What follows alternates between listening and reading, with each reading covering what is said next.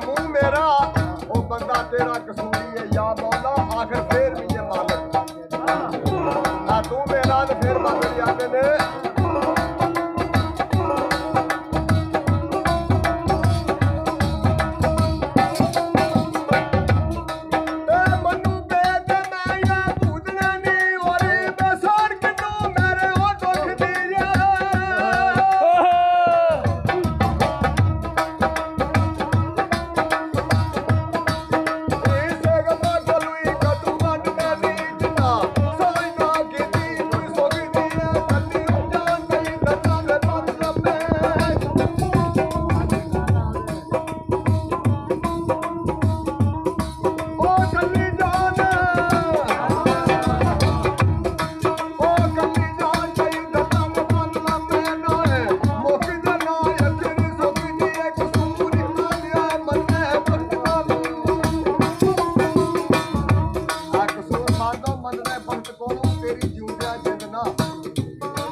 छुटती है तो फिर आजा दुख देख के ना जिंदगी अपनी दे